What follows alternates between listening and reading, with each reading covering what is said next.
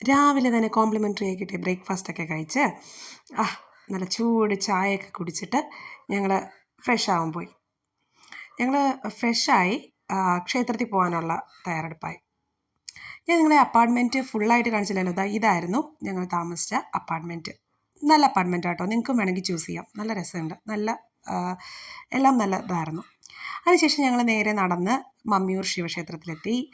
മമ്മിയൂർ ആദ്യം പുറത്ത് കണ്ടപ്പോൾ വലിയ തിരക്കുള്ളതായിട്ട് തോന്നിയില്ല. പക്ഷേ അകത്ത് കയറി ക്യൂ കണ്ട് ഞെട്ടിപ്പോയി. പക്ഷേ ആ ക്യൂ പെട്ടെന്ന് പോകുന്നുണ്ടായിരുന്നു കേട്ടോ. ഞങ്ങൾക്ക് പെട്ടെന്ന് തൊഴുവാനായിട്ട് പറ്റി. അവിടെ നിന്ന് തൊഴുതിറങ്ങി ഒരു ഓട്ടോ പിടിച്ച് ഞങ്ങൾ ഗുരുവായൂരേക്ക് പോയി.